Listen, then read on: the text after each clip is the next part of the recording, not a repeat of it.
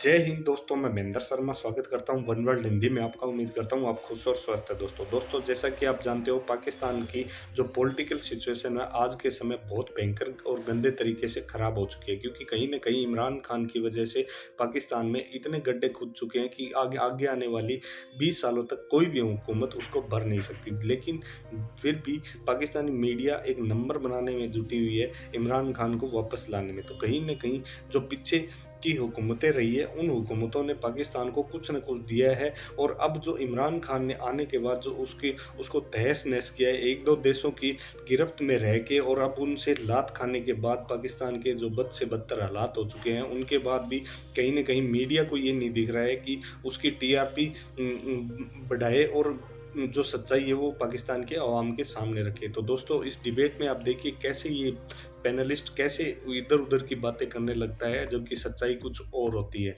कभी ये रसिया, कभी ये यूक्रेन तो कभी ये अमेरिका की साजिश पे साजिश इमरान खान के लिए बताता है। तो दोस्तों देखिए डिबेट और कमेंट में अपनी प्रतिक्रिया जरूर दें। लास्ट में आपसे रिक्वेस्ट करूँ, चैनल पर नए हैं तो चैनल को सबसे पहले सब्सक्राइब करें, लाइक शेयर कमेंट जरूर करें। दोस्तों जय हिंद, वंदे मातरम, भारत माता की जय। दोस्तों ये है कि इलेक्शंस हो जाएं, अवाम की ख्वाहिशात भी इसमें शामिल हो सकती हैं। इलेक्शंस कब तक मुतवक्के हैं? सवाल तो ये है। नहीं कहा जा सकता। इलेक्शन देखिए, बड़ी डिबेट हो रही है एस्टेब्लिशमेंट के अंदर, सख्त डिबेट है, बड़ी अच्छी हेल्दी है वैसे डिबेट। कि भाई एक ख्याल तो ये है कि जून का ये बजट पेश कर दें, जो गालबन जून के आखिर में होगा। इसहाक डार साहब बना रहे हैं वहाँ बैठ के बजट। वो बहुत दूर बैठ के हैं। अच्छा, अब वो जाहिर है दूर से ज़रा कम ही नजर आता है, तो बोले बड़ी मुश्किल पेश होगी। हर बात पूछेंगे, मशवरा करेंगे। लोकेल का बड़ा फ़र्क होता है, आदमी कहाँ बैठा हुआ है वहाँ वो महसूस कर सकता है चीज़ों को। लंदन में बैठ के महसूस नहीं किया जा सकता। और वो तो मैंने आपको बताया था, मफ्ता साहब तो कुछ ज़्यादा सीरियस आदमी नहीं है, कुछ देर फोकस रह सकते हैं, फिर वो लतीफ़ा सुनाने लगते हैं या इधर उधर का किस्सा छेड़ देते हैं। तो उनके पास कहते वज़ीर ख़जाना असल में हिसाब डारी हैं। तो बेयकीनी की सूरत हाल है।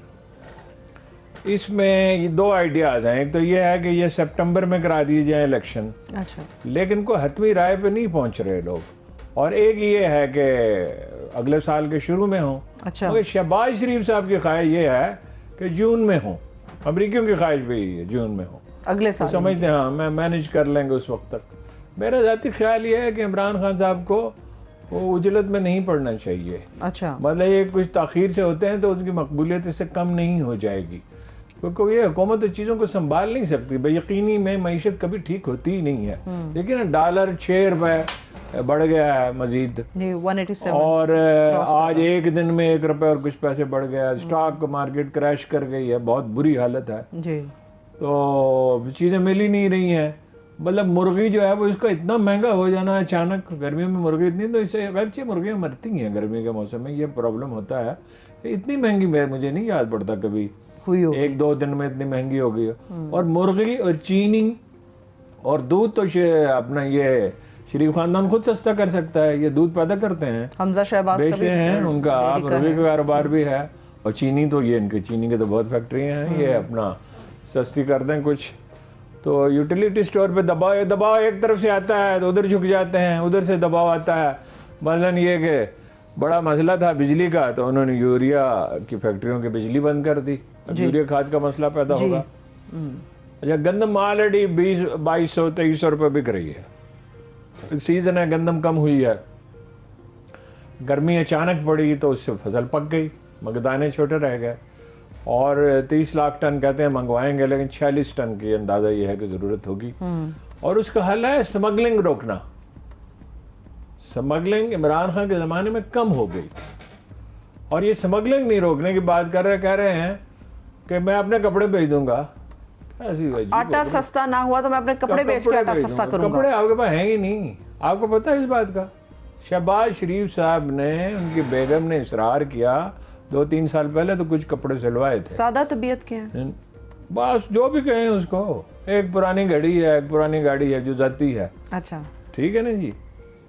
तो वो कपड़े हैं 200-250 जोड़े नवाज शरीफ साहब के पास और साहबजादी के पास। ठीक है, और कपड़े बेचने से भी कभी आटे सस्ते मसला हल हुआ है? हाँ जी। वो सिखों की कहावत है कि बाल मोड़ने से मुर्दे हल्के नहीं हो जाते। तो इलेक्शन के सिवा कोई चारा तो नहीं है। स्टेबिलिटी तो उसके बगैर आ सकती ही नहीं है। लेकिन जो माहौल है वो तल्ख से तल्ख तर होता जा रहा है।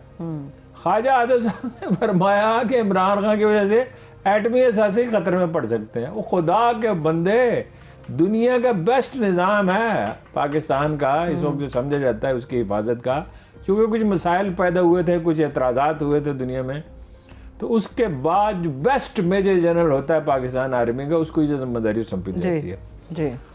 और एक साल से मैं मिला भी इत्तफाक़न एक जगह कहीं किसी तकरीब में, तो मुझे बताया गया साहब हैं और बहुत ही वो जो थोड़ी सी गुफ्तगू हुई तो अंदाज़ा हुआ कि बहुत कॉम्पिटेंट, और दूसरे फौजी अफसरों को भी बाज़ औक़ात इत्तफाक़ होता है। मिलेगा, पिंडी छोटा सा शहर है इतना सा, आप एक आदमी से मिलते हैं तो कई आदमी से मुलाकात हो जाती है। तो वो तो फौज के पास है एटमी असासे। जिस रात उसामा बिन लादेन वाला वाक़या हुआ जी, तो उन्होंने एबटाबाद की खबर नहीं ली जनरल कैनी ने। मैंने उनसे पूछा तो उन्होंने कहा कि मैंने फ़ौरन एटमी तनसीबात जहाँ जहाँ हैं वहाँ रब्ता किया, जब मुझे इत्मीनान हो गया कि वो खतरा नहीं है। वो तो फौज का मसला है। तो इमरान खान जो वो एटमी असासों का क्या कर सकता है? ये अजीब, ऐसी अजीब बात ख्वाजा आज़म ने कही है। जरदारी साहब की बड़ी अजीब बात है।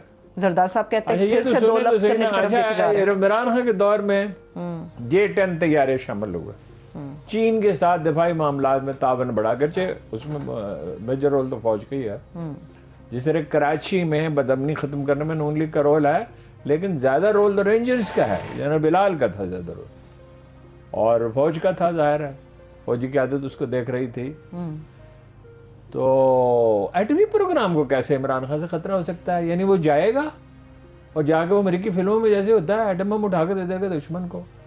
और भाई जब इंडिया के मामले में उसका रवैया बिल्कुल वाज़ेह है कि उसने क्या हुआ उसके दौर में, उसने इंडिया को कैसे जवाब दिया और मोदी के साथ उसका रवैया क्या था, उसके मुकाबले में नवाज शरीफ का रवैया क्या था। उनके लिए रेलवे लाइन बनाना चाहता था काबुल तक इंडिया के लिए, उनकी नवाजी की शादी में वो शरीक हुए, हुर्रियत कॉन्फ्रेंस के लीडरों से मिलता नहीं था, ज़ाती ताल्लुकात थे उसके मोदी से, आज तक मोदी के खिलाफ बात नहीं करते बाप बेटी।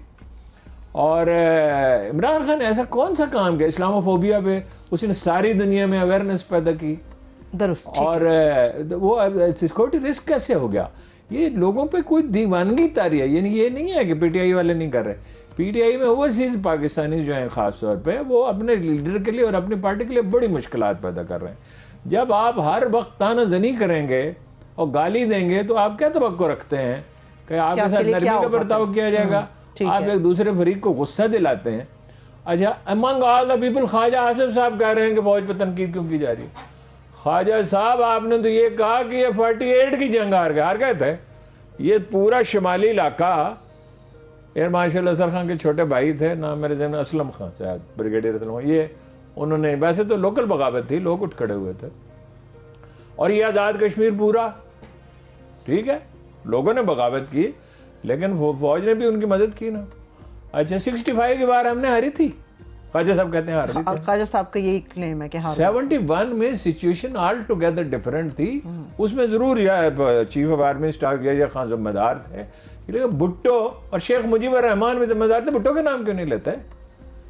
यानी जब असेंबली का इजलास बुलाने से इनकार कर दिया, जाने से भुट्टो साहब ने इनकार कर दिया ढाका में, तो वहीं से तलखी बढ़ी ना। और यही खान ने कहा मुझे सदर के इख्तियारात चाहिए, और शेख मुजीबुर रहमान में भी सब्र नहीं था, थोड़ा सा सब्र करते तो इख्तियार पके हुए फल की तरह इनकी।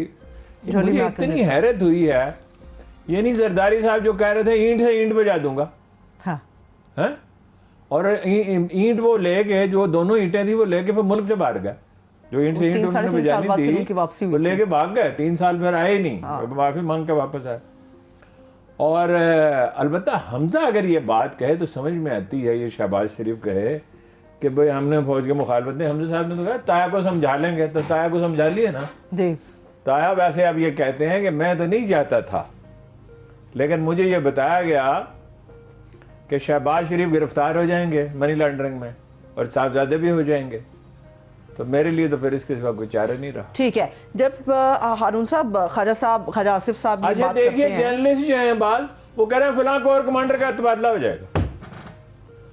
ओ भाई, कोर कमांडर का तबादला, आप किसी SHO के तबादले की बात कर रहे हैं, आप सजेस्ट कर रहे हैं, मशवरे दे रहे हैं। और जो जर्नलिस्ट जिन्होंने गालियां दी, गालियां, तनकीद नहीं, तनकीद हो सकती है फौज पे, जो उसकी गलतियां हों उस पर मुस्बत तनकीद हो सकती है, तनकीद हो सकती है, लेकिन गालियां दी, वो कह रहे हैं देखो इमरान खान फौज के खिलाफ बात कर रहा है। इमरान खान को भी नहीं करनी चाहिए, इमरान खान के बिल्कुल मफाद में नहीं है।